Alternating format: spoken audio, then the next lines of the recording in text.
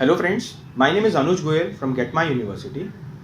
आप लोग सभी अपने कॉलेजेस को लेकर काफ़ी सर्च कर रहे हैं, काफ़ी रिसर्च कर रहे हैं और कोशिश कर रहे हैं कि जिस भी कंट्री में आप जाना चाहते हैं, जिस भी कॉलेज में आप जाना चाहते हैं, उसके बारे में आपको कंप्लीट से कंप्लीट सही इन्फॉर्मेशन मिले। बट दोस्तों, कई बार क्या होता है, बहुत ज़्यादा मार्केटिंग होती है, बहुत ज़्यादा प्रमोशंस होते हैं, फैक्ट्स के साथ बहुत मैनिपुलेशंस होता है, जिसके कारण कहीं ना कहीं आप सही इन्फॉर्मेशन और सही जगह पे पहुंच नहीं पाते और आप कैरी फॉरवर्ड हो जाते हैं उस डिसीजन को लेकर। दोस्तों, as responsible career counselling company यही हमारा रोल आता है कि हम हर चीज़ को फैक्चुअली इवैल्यूएट करें। आज मैं आपसे बात करने जा रहा हूँ मेडिसिन इन फिलीपींस को लेकर। फिलीपींस एक बहुत बेहतरीन कंट्री है, सब कुछ कंट्री के बारे में बहुत अच्छा है। लोग और बच्चे जो भी आ रहे हैं, they are very happy, adjustable है, क्लाइमेट सब कुछ अच्छा है। बट हर अच्छी चीज़ के पीछे कुछ ना कुछ गैप्स भी होते हैं और ये आइडेंटिफाई करना ज़रूरी है कि वो गैप्स क्या हैं। काफ़ी बड़े बड़े लोग, बड़े बड़े काउंसलर्स इसको प्रमोट करने में लगे हैं, कुछ यूनिवर्सिटीज़ को प्रमोट करने में लगे हैं for their vested interest. But as students it's very important to ask some serious question, some tough question उन्हीं लोगों से जो उन यूनिवर्सिटीज़ को प्रमोट कर रहे हैं। अगर वो उनका क्लियर कट आंसर दे पाते हैं, डेफिनेटली यस, बट यस, ये क्वेश्चन करना बहुत इंपॉर्टेंट है। यही मैनिपुलेशन जो है आज हम लेके आए हैं आपके लिए इस वीडियो के माध्यम से, इस प्रेजेंटेशन के माध्यम से। आप देखिए और खुद एनालाइज करिए कि चीज़ों में क्या गैप है और उसको आप कैसे फुलफिल कर सकते हैं।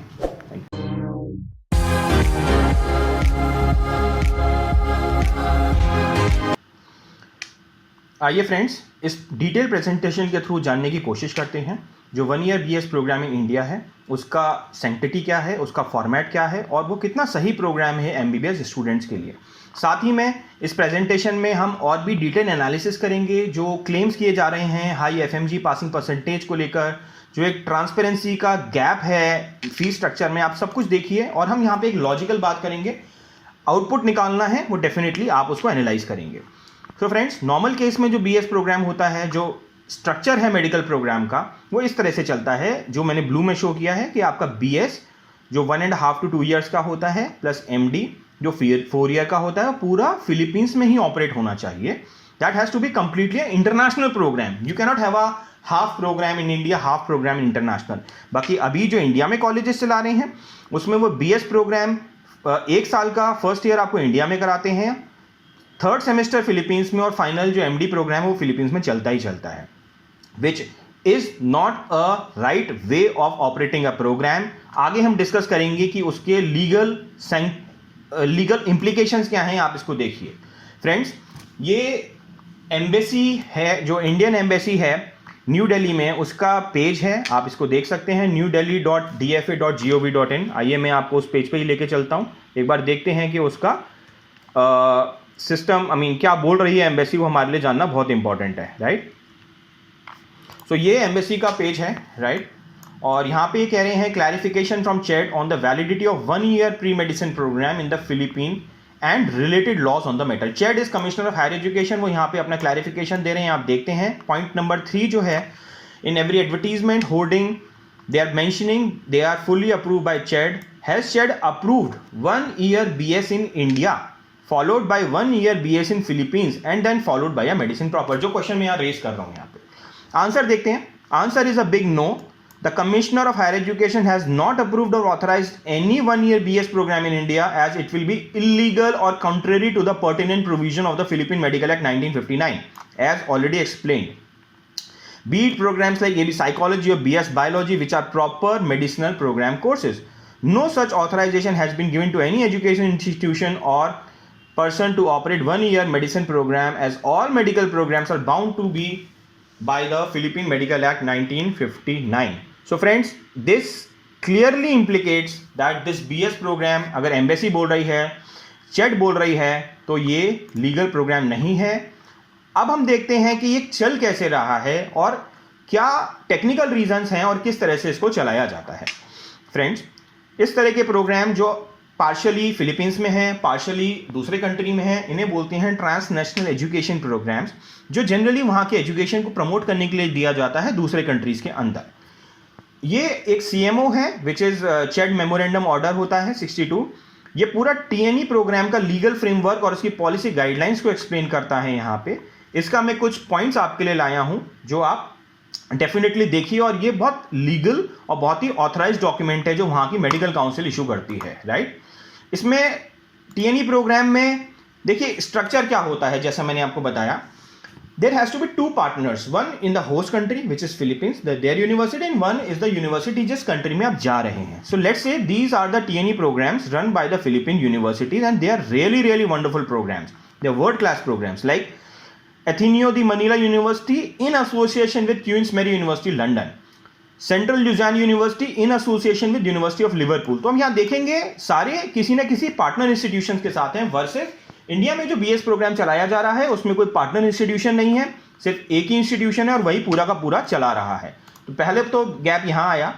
दूसरा, इसी सीएमओ का आर्टिकल 6.1 बोलता है जो भी टीएनई प्रोग्राम है वो जिस कंट्री में आप चला रहे हैं उसकी एक्रेडिटिंग एजेंसी से ऑथराइज्ड और एक्रेडिटेड होना चाहिए. इंडिया में एक्रेडिटिंग एजेंसीज हैं, आपकी यूजीसी है, एनएमसी है, बट ये टीएनई प्रोग्राम किसी से भी ऑथराइज नहीं है, तो डेफिनेटली इनकी लीगल कोई भी साइंटिटी यहाँ पे स्टैंड नहीं करती है. सो फ्रेंड्स, यहाँ पे आपको बहुत केयरफुल होने की जरूरत है और इन चीज़ों को, सवालों को पूछने की जरूरत है 1 ईयर बीएस प्रोग्राम वालों से कि क्या सर इन प्रोग्राम्स में आप इन सवालों का क्लियरली जवाब दे पा रहे हैं. दूसरा जो सबसे बड़ा इशू आ रहा है वो आ रहा है, बहुत बड़ी मार्केटिंग की जा रही है, बहुत बड़े बड़े क्लेम्स किए जा रहे हैं इंस्टीट्यूशंस द्वारा. मैं यहाँ पे परहेज नहीं करूँगा कॉलेज का नाम लेने से, क्योंकि आई थिंक आपको जानना इंपॉर्टेंट है और उसके बारे में फैक्ट फाइंडिंग इंपॉर्टेंट. जिस कॉलेज का मैं रेफरेंस दे रहा हूँ उसका नाम है Davao medical school foundation, right. This college is located in the Davao city of Philippines. देखिए इनकी वेबसाइट पे अब हम एक क्रॉस एनालिसिस करके देखते हैं कि प्रोजेक्शन क्या किया जाता है और रियलिटी क्या होती है. और यहाँ मैं प्योर टेक्निकल एनालिसिस कर रहा हूँ, कोई personal, nothing personal against any particular institution, right. इनके वेबसाइट है dmsf.ph/highlights of DMSF. यहाँ पे मैं आपको इनकी वेबसाइट पे भी लेके चलता हूँ so that it will give you a complete clarity. So देखिए फ्रेंड्स, ये वेबसाइट है, यही पेज है, हाईलाइट्स ऑफ DMSF. यहाँ पे पॉइंट है, in 2018 DMSF has a pass percentage of 82% compared to Indian overall of 26. In 19 they have a pass percentage of 82% against 20, and in 22 they have registered a pass percentage of 75%. This is the official statement that DMSF is given on their website. आइए इसको जरा हम analyse करने की कोशिश करते हैं और देखते हैं कि रियलिटी क्या है. This is what they have claimed, and now see the reality what exactly is there. Point of this is a case study friends, right. आप कोई भी किसी के बारे में बोलता है, इट्स इंपॉर्टेंट कि आप सिर्फ सुन के मत जाइए, आप उसके बारे में इंटरनली इंट्रोस्पेक्ट भी करिए, फैक्ट फाइंडिंग करिए, बीट एनी कंट्री और एनी यूनिवर्सिटी. आइए अब देखते हैं कि यहाँ पे एक्चुअल फैक्ट फाइंडिंग क्या निकल के आ रही है, राइट. सो सबसे पहले हम यहाँ पे रिपोर्ट उठाते हैं, FMG की रिपोर्ट हम उठाते हैं. This report is 2015 to 18. यहाँ मैंने कॉलेज का नाम सर्च किया, दवाओ. अब आप यहाँ देखिए 651,218 पासिंग परसेंटेज 33.49. प्लीज आप याद रखिएगा इन फिगर्स को, बाद में हम क्रॉस एलैबोरेट भी करेंगे. इन 2000 दिस रिपोर्ट इज 2019, राइट. यहाँ पे अगर हम दवाओं का देखते हैं तो यहाँ पे आपका पासिंग परसेंटेज 54.48. एंड फाइनली अगर हम आते हैं 2020 जो लेटेस्ट में है, विच इज़ द 2020 FMG की जो रिपोर्ट है, तो यहाँ पे अगर हम सर्च करते हैं तो यहाँ पे आप जाएंगे और यहाँ पे आप पाएंगे दवाओं, तो ये आपका आ रहा है 37.03%, राइट. सो फ्रेंड्स, यहाँ पे अब आप देखिए ये जो रिपोर्ट्स हैं सारी, ये आप सीधा nbe.natboard.edu.in से डायरेक्ट डाउनलोड कर सकते हैं. यहाँ पे एक सेक्शन है इंस्टीट्यूट वाइज परफॉर्मेंस, यहाँ पे ईयर वाइज आप सारी रिपोर्ट निकाल सकते हैं जो मैंने आपको अभी बताई हैं. So friend, this was claimed, जो मैंने प्रीवियस स्लाइड में बताया, this is the actual passing percentage, जो मैंने अभी आपको रियलिटी चेक करके दिखाया. आप देखिए यहाँ गैप कितना है, 63%, 27%, 37%. This is our problem, right. Problem is not कि आपका कम है या ज्यादा है या आप अच्छा पढ़ा रहे हैं, जो भी है. प्रॉब्लम इज दिस मैनिपुलेशन जो आप कर रहे हैं, this has to be question, right. आप इसे जस्टिफाई कैसे कर सकते हैं, right. And this is a big marketing thing that they are running all across. और हम लोग भी कभी फैक्ट चेक नहीं कर रहे, हम ये सवाल नहीं कर रहे, हम कैरी फॉरवर्ड हुए जा रहे हैं उस चीज के अंदर, राइट. दूसरा एक सबसे इंपॉर्टेंट फैक्टर फ्रेंड्स यहाँ पे आता है, फीस स्ट्रक्चर को एनालाइज करने की जरूरत है, क्यों कितना ट्रांसपेरेंट फीस स्ट्रक्चर है यहाँ पे एज अ स्टूडेंट आपको लेकर. देखिए यहाँ पे बीएस का फीस आप देखिए, फर्स्ट 2 लाख, 3 लाख, 3.5 लाख, टोटल 8.5 लाख का ट्यूशन फीस. सबसे पहला क्वेश्चन ये आता है यहाँ पे आप ट्यूशन फीस रुपए में बता रहे हैं, 8.5 लाख रुपए, that is in INR, this is INR, ठीक है। बाकी जो आप फीस बता रहे हैं यहाँ पे आप डॉलर्स में मतलब माय पॉइंट इज ये फीस जो है उनकी बेस करेंसी पेसो है। अगर आप किसी भी अदर इंस्टीट्यूशन में जाएंगे आपको फीस पेसो में मिलनी चाहिए, क्योंकि फीस वो फिक्स्ड है। जो आप ईयरली भेजेंगे उस इंस्टॉलमेंट में उस करेंसी के एक्सचेंज रेट के हिसाब से भेजेंगे। यहाँ ये नहीं दी जाती पैसों में, और उसके पीछे बहुत बड़ा रीजन है, क्योंकि यहाँ ट्रांसपेरेंसी देने का पॉइंट ही नहीं है। फीस कभी पैसों में नहीं दी जाती, आइडियली वो होनी चाहिए। दूसरा, BS प्रोग्राम की जो टोटल कॉस्ट है जो 8.5 लाख रुपीस है वो बहुत हाई है compare to the overall cost of education. अगर आप टोटल कैलकुलेट करेंगे और ये देखेंगे तो पाएंगे दिस इज ऑलमोस्ट जो BS प्रोग्राम कॉलेजेस फिलीपींस में चला रहे हैं विद हायर कॉस्ट, उनका BS का कॉस्ट इंडिया वाले प्रोग्राम से कम पड़ता है। तो ये क्वेश्चनेबल है, ऐसा क्यों होता है? लार्जली कम होना चाहिए, right? And why a person should pay such a hefty amount for this BS programme? So friends, my only submission is please be aware. आप देखिए, वैलिडिटी को एक लेके क्वेश्चन आया, FMG पास परसेंटेज को क्वेश्चन आया, एंड ट्रांसपेरेंसी फीस स्ट्रक्चर को question आया। प्रॉब्लम कुछ नहीं है, प्रॉब्लम ये होती है इससे एक बच्चे का एक्सपेक्टेशन मिसमैच आता है, गैप आता है। वो सोचता कुछ है, एक ख्वाब रह के जाता है, एक एस्पिरेशन लेके जाता है, लेकिन वहां पे रियलिटी में कुछ और निकलता है। ये केस स्टडी है दोस्तों आप लोगों के लिए कि आप इस तरह से बाकी इंस्टीट्यूशंस का भी एनालिसिस करें, एटलीस्ट जो हो सामने हो, राइट? मैनिपुलेशन ना हो चीजों में। ये बहुत इंपॉर्टेंट था जानना। क्या फैक्टर्स हैं, आप दूसरे वीडियोस को रेफर करिए, किस तरह से हम MBBS कॉलेजेस देख सकते हैं, क्या फैक्टर्स को हमें कंसीडर करना चाहिए, डेफिनेटली फ्रेंड्स।